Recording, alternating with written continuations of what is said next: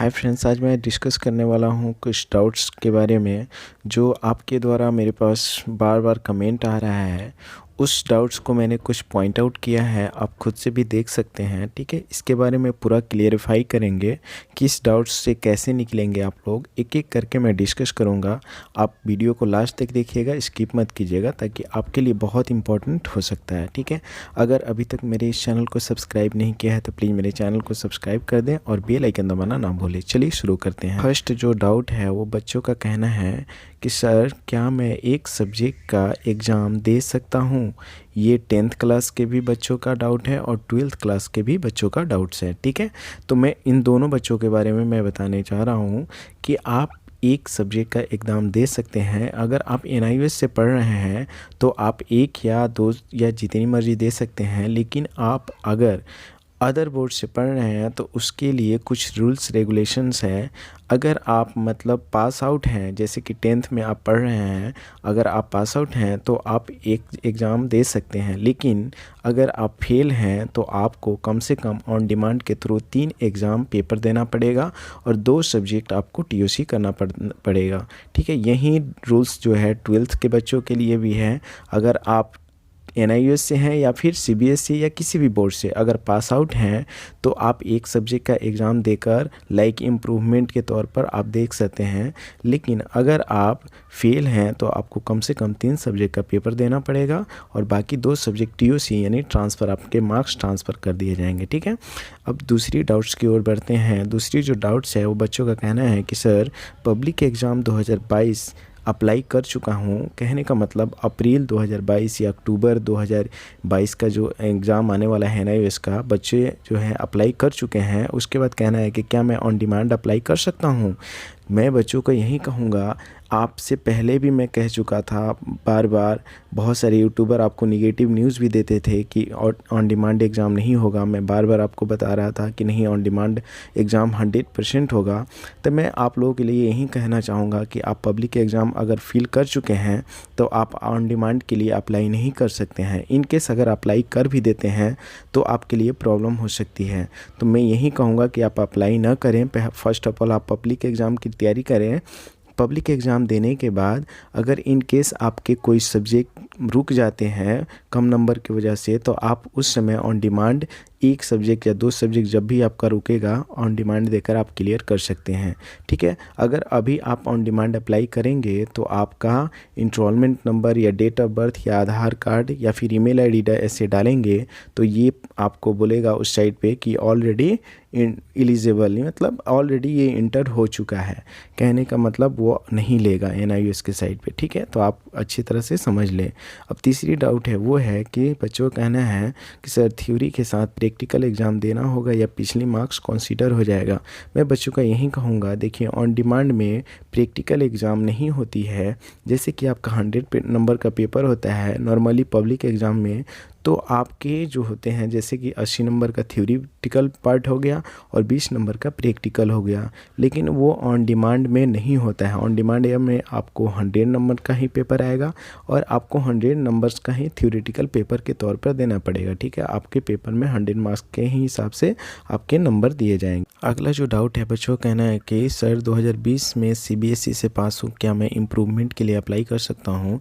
मैं बच्चों को कहूँगा यही कि चाहे आप CBSE से हैं या फिर अदर बोर्ड से हैं, अगर आप पास आउट हैं या फिर 2020 में पास आउट हैं या फिर उससे भी पहले पास आउट हैं, अगर इन केस आप कॉलेज में पढ़ाई कर रहे हैं और आपके किसी सब्जेक्ट में नंबर कम आए हैं, लाइक जैसे कि आप मेडिकल की तैयारी करना चाह रहे हैं, बायोलॉजी में नंबर कम है, तो आप एक सब्जेक्ट का बायोलॉजी का एग्ज़ाम देकर आप मार्क्स को बढ़वा सकते हैं, या फिर किसी भी सब्जेक्ट का आप नंबर देकर आप नंबर बढ़वा सकते हैं। लेकिन अगर आप जैसे कि किसी कॉलेज में पढ़ रहे हैं पहले से ही, उसी 12th के मार्क्स बेसिस पे आप कॉलेज में एडमिशन ले चुके हैं और आप चाह रहे हैं कि नहीं, मैं दोबारा से पब्लिक एग्जामिनेशन में 12th में एडमिशन लेकर एग्ज़ाम देकर फिर से मैं मार्कशीट पा लूँ, तो ये आपके लिए गलत होगा। इसलिए क्योंकि आपके पास ऑलरेडी 12th के मार्कशीट हैं, आप 12th के साथ अदर बोर्ड का मार्कशीट नहीं ले सकते हैं एक बार में 12th के। ठीक है, तो ये गलती आप ना करें। आप यही करें कि आप इम्प्रूवमेंट के लिए अप्लाई करें और अपने मार्क्स को बढ़वा लें। ठीक है, अब अगला डाउट की ओर बढ़ते हैं। अगला डाउट है कि सर ऑन डिमांड का हॉल टिकट या एडमिट कार्ड कैसे मिलेगा। मैं बच्चों को यही कहूँगा कि जब आप ऑन डिमांड के लिए अप्लाई करेंगे, इसके लिए भी मैं वीडियो ऑलरेडी बना चुका हूँ।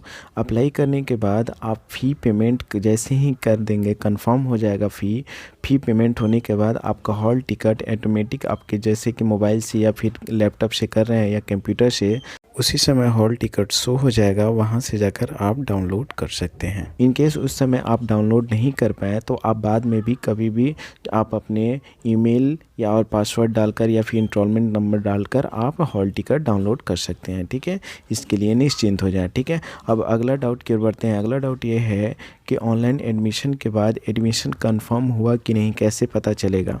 इसके लिए भी मैं आपके लिए वीडियो ऑलरेडी बना चुका हूँ। आप नीचे डिस्क्रिप्शन में लिंक मिल जाएगा, आप वहाँ से जाकर चेक कर सकते हैं कि आपका एडमिशन कंफर्म हुआ कि नहीं। ठीक है, अब नेक्स्ट डाउट क्यों बढ़ते हैं। नेक्स्ट डाउट है कि ऑन डिमांड में प्रैक्टिकल कब होता है। मैं बच्चों को यही कहूँगा कि ऑन डिमांड में प्रैक्टिकल नहीं होता है। ठीक है, इनकेस अगर किसी सब्जेक्ट का प्रैक्टिकल होता भी है तो आपको जो हॉल टिकट मिलेगा उसमें आपको कंफर्म डेट के साथ लिखा हुआ रहेगा। ठीक है, अब बढ़ते हैं नेक्स्ट डाउट की ओर। नेक्स्ट डाउट यही कह रहा है कि सर अगर मैं एक सब्जेक्ट का एग्ज़ाम देता हूँ तो पूरी मार्कशीट मिलेगी। मैं बच्चों को यही समझाना चाह रहा हूँ कि अगर आप एक सब्जेक्ट का एग्ज़ाम दे रहे हैं तो एक ही सब्जेक्ट का आपका मार्कशीट मिलेगा। लेकिन अगर आप जैसे कि कहने का मतलब जैसे कि 12th का आप पेपर ऑलरेडी दे चुके हो और एक और सब्जेक्ट का पेपर देना चाह रहे हो, तो जैसे पहले का जो 12 का मार्कशीट होगा उसके साथ इस मार्कशीट को अटैच करके आप किसी भी जैसे फील्ड में आप जेई की तैयारी कर रहे हैं या फिर मेडिकल में या फिर कोई जॉब के लिए अप्लाई करने के लिए वहाँ पे अटैच करके आप दे सकते हैं। ये मान्य होगा। कहने का मतलब आप जैसे कि सीबीएसई से 10th या 12th किए हो, उसके साथ इस मार्कशीट को भी अटैच करके आपको देना होगा, वहाँ पे ये वैलिड होगा। ठीक है, अब अगला डाउट क्यों बढ़ते हैं। डाउट अगला है, कह रहे हैं कि सर मैंने 12th कॉमर्स या फिर आर्ट्स से किया है, लेकिन मैं अब साइंस पीसीबी का मतलब हो गया फिजिक्स केमिस्ट्री बायोलॉजी, पीसीएम मतलब फिजिक्स केमिस्ट्री मैथ करना चाहता हूँ। ठीक है, कर सकता हूँ और जेई मेडिकल के लिए अप्लाई कर सकता हूँ। मैं बच्चों को यही कहूँगा ऑफ कोर्स आप कर सकते हैं, लेकिन आपको क्या करना होगा, ऑन डिमांड के थ्रू आपको टीओसी करना होगा। टीओसी का कहने का मतलब जैसे कि 2 सब्जेक्ट आपको ट्रांसफ़र करना होगा और 3 सब्जेक्ट आपको पेपर देना होगा। ठीक है, तभी जाकर आपको ये एनआईयूएस से फिर आपको एनआईयूएस से पूरी मार्कशीट मिलेगी।